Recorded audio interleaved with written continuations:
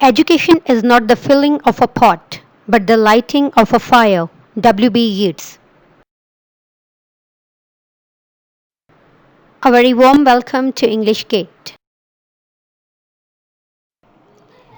This is lecture number 8, and today we are going to be looking at types of sentences based on structure. Lecture number 7 में हमने discuss किया था कि जुमला क्या होता है और फंक्शन की बुनियाद पर जुमले की कौन कौन सी अकसाम है। आज भी हम जुमले की अकसाम ही डिस्कस करेंगे और हम देखेंगे कि स्ट्रक्चर यानी बनावट की बुनियाद पर जुमले की कौन कौन सी अकसाम है। Types of sentences. There are 4 types of sentences based on structure. बनावट की बुनियाद पर जुमले की 4 अकसाम हैं।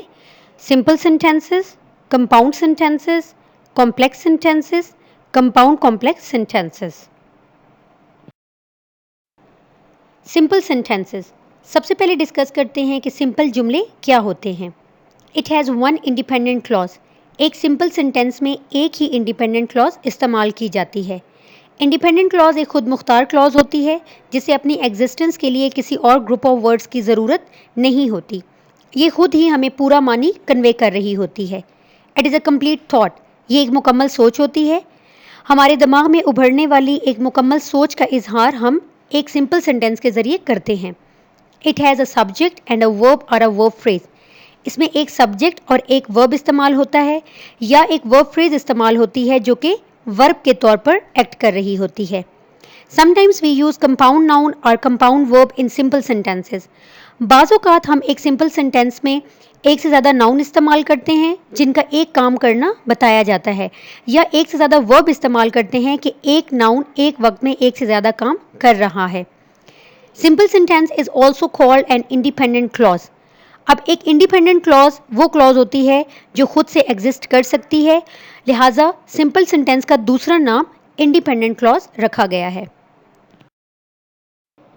अब हम सिंपल सेंटेंसेस की कुछ एग्जांपल्स डिस्कस कर लेते हैं। ही स्लीप्स, वो सोता है। इन 2 वर्ड्स ने हमें एक पूरी बात समझा दी है। स्ट्रक्चर देख लेते हैं। He is the subject, doer of the action and sleeps is the work being done. I am busy. I is the subject, am is the verb, मैं मसरूफ़ हूँ। The boy fell on the floor. The boy is the subject and fell is the verb, लड़का फर्श पर गिर गया। Sarah and Amy visited the museum.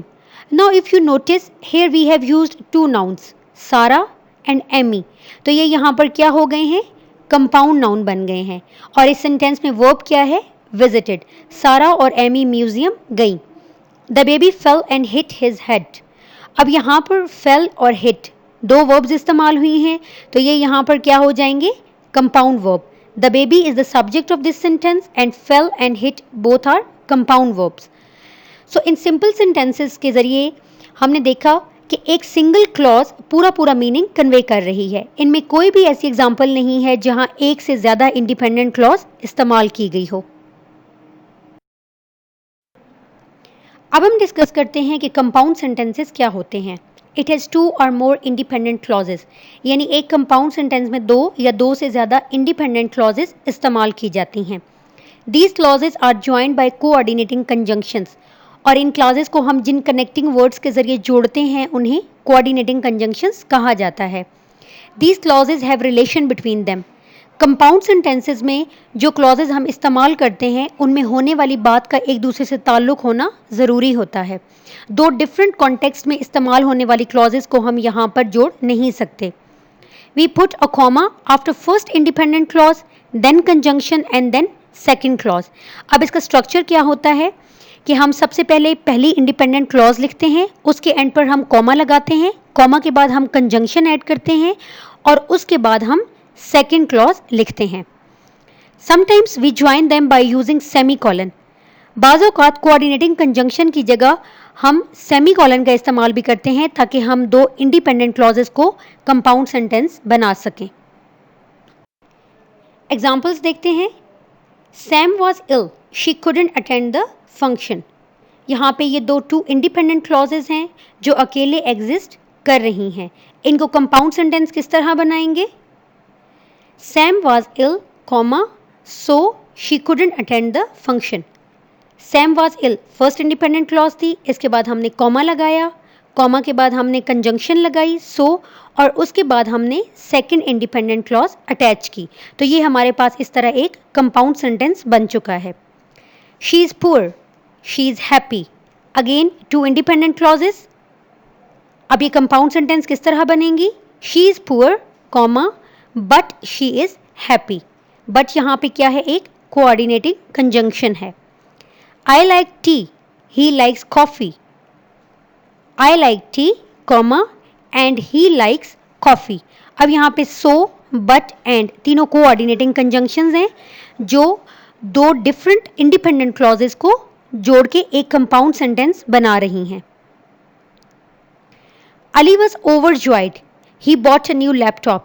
If you see here, यहाँ पे हमने कॉमा नहीं लगाया, कोई कोऑर्डिनेटिंग कंजंक्शन ऐड नहीं की, बल्कि हमने overjoyed के बाद यहाँ पर सेमी कॉलन अटैच किया है और इस तरह हमने दो इंडिपेंडेंट क्लॉजेस को एक कंपाउंड सेंटेंस बना दिया है। कॉम्प्लेक्स सेंटेंसेस थर्ड टाइप को डिस्कस करते हैं। It has a dependent clause and an independent clause. अब कॉम्प्लेक्स सेंटेंसेस में एक इंडिपेंडेंट क्लॉज होती है जो अकेली एग्जिस्ट कर सकती है और उसके साथ एक डिपेंडेंट क्लॉज इस्तेमाल की जाती है। Dependent clause is a group of words which can not stand alone. Dependent clause को इंडिपेंडेंट क्लॉज की ज़रूरत होती है ताकि वो इसको कंप्लीट करके इसके मीनिंग्स को क्लियर कर सके। We join these clauses using subordinating conjunctions. अब कंपाउंड सेंटेंसेस में हमने पढ़ा था कि हम क्लॉजेस को कोऑर्डिनेटिंग कंजंक्शन से ज्वाइन करते हैं, लेकिन यहाँ पर जो लिंकिंग वर्ड्स हम इस्तेमाल करते हैं वो सबऑर्डिनेटिंग कंजंक्शंस कहलाते हैं। We put a comma after dependent clause if it comes first. अगर हम कॉम्प्लेक्स सेंटेंस में डिपेंडेंट क्लॉज पहले लिख रहे हों तो उसके बाद हमने कॉमा ज़रूर लगाना होता है। If the independent clause precedes then there is no comma. लेकिन अगर हम इंडिपेंडेंट क्लॉज पहले लिख रहे हों तो फिर हम कॉमा इस्तेमाल नहीं करते। Examples: the teacher return me the notebook after she found mistakes in my task. अब इस सेंटेंस में हमने कॉमा यूज़ नहीं किया क्योंकि इसमें हमने इंडिपेंडेंट क्लॉज पहले इस्तेमाल की है। The teacher return me the notebook, teacher ने मुझे नोटबुक वापस कर दी। After she found mistakes in my task, अब इसको हमने अंडरलाइन किया है। क्यों? क्योंकि ये एक डिपेंडेंट क्लॉज है और चूंकि ये एक सबऑर्डिनेटिंग कंजंक्शन से स्टार्ट हो रही है लिहाजा इसे हम सबऑर्डिनेटिंग क्लॉज भी कह सकते हैं। After is a conjunction here. After I finished my work comma I went out for a walk. अब यहाँ पे हमने कॉमा यूज़ किया क्योंकि हमने सेंटेंस का स्टार्ट एक डिपेंडेंट क्लॉज से किया है। After I finished my work, अपना काम ख़त्म करने के बाद। What did I do? I went out for a walk. I went out for a walk is an independent clause. ये अकेले एग्जिस्ट कर सकती है। Although he is not very good, comma, he really enjoys playing piano. Although is a conjunction और हमने यहाँ पे comma use किया क्योंकि हमने सेंटेंस के स्टार्ट में डिपेंडेंट क्लॉज या सबऑर्डिनेटिंग क्लॉज इस्तेमाल की है। He really enjoys playing piano. It is an independent clause. You will lose weight if you take exercise daily. इस सेंटेंस में कॉमा यूज़ नहीं हुआ क्योंकि सेंटेंस के स्टार्ट में इंडिपेंडेंट क्लॉज इस्तेमाल की गई है। You will lose weight और इसके बाद हमने डिपेंडेंट क्लॉज यूज़ की है if you take exercise daily.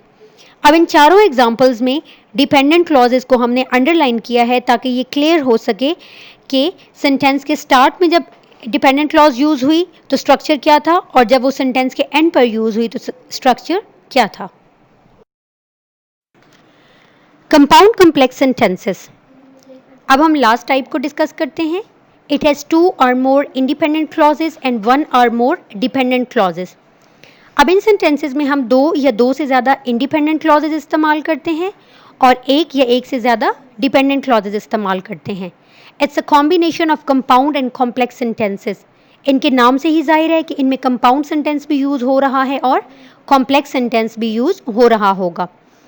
In sentences में हम कंपाउंड सेंटेंसेस से इंडिपेंडेंट क्लॉजेस लेते हैं और कॉम्प्लेक्स सेंटेंस से हम डिपेंडेंट क्लॉज लेते हैं। They are joined using coordinating and subordinating conjunctions. Compound sentences में हम कोऑर्डिनेटिंग कंजंक्शंस यूज़ करते हैं और कॉम्प्लेक्स सेंटेंसेस में हमने पढ़ा कि कनेक्टिंग वर्ड्स सबऑर्डिनेटिंग कंजंक्शंस होती हैं और यहाँ पर हम कंजंक्शंस की ये दोनों टाइप्स इस्तेमाल करेंगे। एग्जाम्पल्स डिस्कस करते हैं। The boy was weeping, comma, because he was lonely, again a comma, and there was no one to look after him. इस एग्जाम्पल में फर्स्ट और थर्ड दोनों इंडिपेंडेंट क्लॉजेज हैं, दे कैन एग्जिस्ट अलोन, लेकिन इन दोनों के सेंटर में use होने वाली clause because he was lonely, ये एक डिपेंडेंट क्लॉज है। While Harry reads magazines, comma, I read novels, comma, but Sarah only reads comics. इस एग्जाम्पल का स्टार्ट हमने डिपेंडेंट क्लॉज से लिया है और नेक्स्ट टू क्लॉजेज हमने इंडिपेंडेंट यूज की हैं। Although I love to go camping, comma, I haven't had enough time lately, again a comma, and I haven't found anyone to go with। इस example का start भी हमने dependent clause से लिया है और इस क्लॉज के बाद हमने दोनों इंडिपेंडेंट क्लॉजेज यूज की हैं। इन तीनों एग्जाम्पल्स में हमने कोऑर्डिनेटिंग कंजंक्शंस भी यूज की हैं और सबऑर्डिनेटिंग कंजंक्शंस भी यूज की हैं। कोऑर्डिनेटिंग कंजंक्शंस हमने इंडिपेंडेंट क्लॉजेज के साथ यूज की हैं और सबऑर्डिनेटिंग कंजंक्शंस का इस्तेमाल हमने डिपेंडेंट क्लॉजेज के साथ किया है। कंपाउंड सेंटेंसेस से हमने कोऑर्डिनेटिंग कंजंक्शंस ली और कॉम्प्लेक्स सेंटेंसेस से हमने सबऑर्डिनेटिंग कंजंक्शंस ली और हर क्लॉज को दूसरी से सेपरेट करने के लिए हमने कॉमा का यूज भी किया है। That's all for today's lecture. I hope आज के लेक्चर के जरिए आपको बनावट की बुनियाद पर जुमले की तमाम अक़साम समझ आ चुकी होंगी। If you like this video please hit the like button and don't forget to subscribe. Thank you so much. Take good care of yourselves. Happy learning.